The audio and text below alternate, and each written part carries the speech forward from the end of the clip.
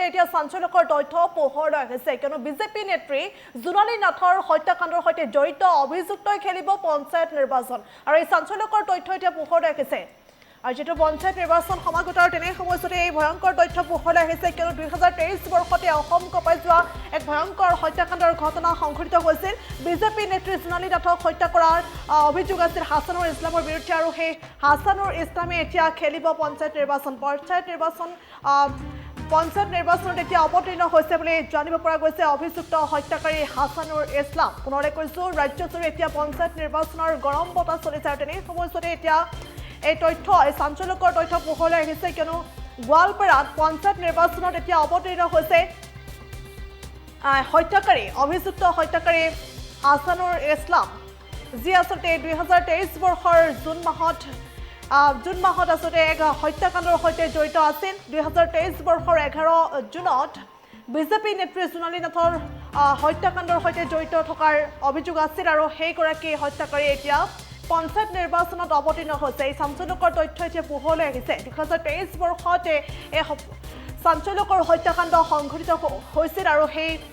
ঘটনাই সংবাদ শিৰোনাম দখল কৰিছিল আৰু লগতে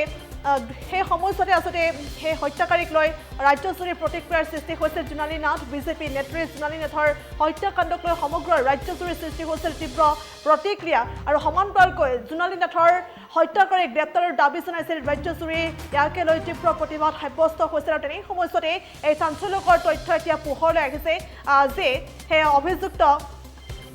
হাছানুৰ ইছলাম এতিয়া পঞ্চায়ত নিৰ্বাচনত অৱতীৰ্ণ হৈছে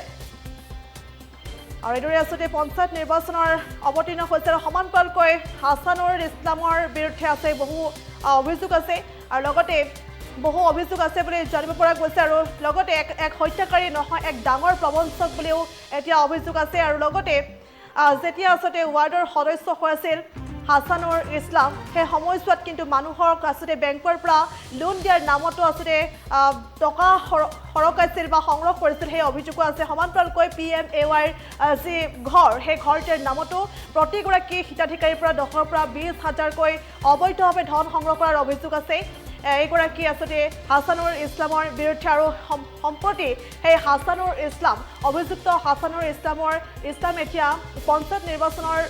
অৱতীৰ্ণ হৈছে আৰু ইয়াকে লৈ এতিয়া চাঞ্চল্যৰ সৃষ্টি হৈছে আৰু যেহেতু পঞ্চায়ত নিৰ্বাচন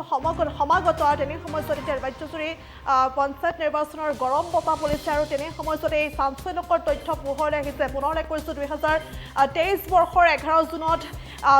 বিজেপি নেত্ৰী জোনালী নাথৰ হত্যাকাণ্ডৰ সৈতে জড়িত আছিল হাছানুৰ ইছলাম আৰু সকলো ৰাজ্যজুৰি তীব্ৰ প্ৰতিক্ৰিয়াৰ সৃষ্টি হৈছিল সকলোৱে হত্যাকাৰীক গ্ৰেপ্তাৰ দাবীত ৰাজ্যজুৰি প্ৰতিবাদ চলিছিল আৰু তেনে সময়ছোৱাতে কিন্তু সেই হত্যাকাৰী এতিয়া পঞ্চায়ত নিৰ্বাচনত অৱতীৰ্ণ হোৱা ঘটনাই এতিয়া চাঞ্চল্যৰ সৃষ্টি কৰিছে এই মুহূৰ্তত ভাষ্য আছে আগবঢ়াইছোঁ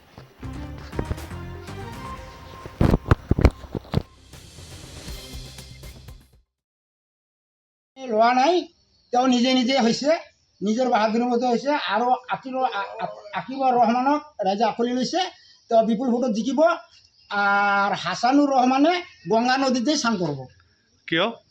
পবিত্ৰ হ'ব তাতে যাই যিমান মাৰ্ডাৰ কৰিছে যিমান মানুহৰ টকা লৈছে এইবিলাক ঋণ গতিগিলা তাতে মানে ধুই পাইলে মানে চাফা হৈ আহিব তেওঁ হত্যা কৰিছে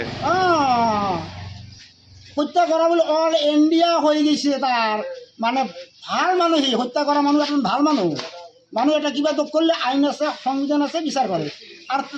তেওঁলোকে হত্যা কৰে তেওঁলোকে দৰে ভাল মানুহ আছে নেকি তেওঁ 3 দিন ফাঁচি হ'ব লাগে মোৰ হিচাপত সংবিধান নামানে আইন নামানে সেইবিলাক মানুহক পাব্লিকে কিয় ৰাখিছে চৰকাৰে আইন কিয় ৰাখিছে তো বিজেপি নেত্ৰীক হত্যা কৰিছিল হয় আমাৰ মাটি আৰু তাতে মই সৰু ডাঙৰ হ'লো তাহাৰ সেই মাটিখিনিতে মই হাছানুৰ লগত আপোনাৰ সম্পৰ্ক মোৰ নিজা ভাতি নিজৰ বাবা হ'লেও মই সঁচা কথাই ক'ম মোৰ বাবা যদি কাৰোবাক হত্যা কৰে কাৰোবাক যদি ঘৰ ভেঙাই দুৱাৰ ঠেলি যায় মই এতিয়া মানি ল'ম নেকি অন্যায় কৰিলে মানি ল'ব নেকি কোনে মোৰ বাবা হ'লেও মই ক'ম মোৰ ভাতিজা হ'লেও ক'ম মোৰ ভাই হ'লেও ক'ম হাছানুৰ আপোনালোকে বিচৰা নাই হাছানুৰকতো আমি বিচৰা নাই বিগত সময়ত মই নহয় আৰু গোটেই ৰাইজখনে বিচৰা নাই বিগত সময়ত তেওঁ যিহেতু সদস্য আছিল ঘৰৰ নামত কিবা পইচা সংগ্ৰহ কৰিছিল নেকি নক'ব অলপ আগতে কৈয়ে গ'লে দেখোন কি কৰিছে বহুত পইচা হৈছে কোনো মানুহৰ পৰা পইচা নলোৱা কাৰণে কিহৰ কাৰণে পইচা লৈছে ঘৰৰ কাৰণে এই আয়ৰ ঘৰবিলাক দিয়া টকা ওলে পঞ্চায়েতের পরে ওলে আনা রাস্তায় ব্যাংকের ওপরে থিয়া হয়ে থাকে দি 10,000 আগতে ঘর দেখাতে ফটো মারাতে দে 2,000 দে 500 আনাতে ঘর আরো 10,000 দি 5 কিস্তি হলে তাকে আগে মানে পূজা করবা লাগে টাকা দি এটা কি কইতে পারবেন তেওঁৰ বিৰুদ্ধে মানে বিৰুদ্ধে নহয় যিটো সঁচা কথা সেইটোৱে কৈ আছো আমি যে তেওঁক আমাক নালাগে আৰু তেওঁৰ দৰে নেত্ৰী আমি যিকোনো খবৰৰ বাবে যোগাযোগ কৰক 7099017330 লগতে 7099017110 নম্বৰত।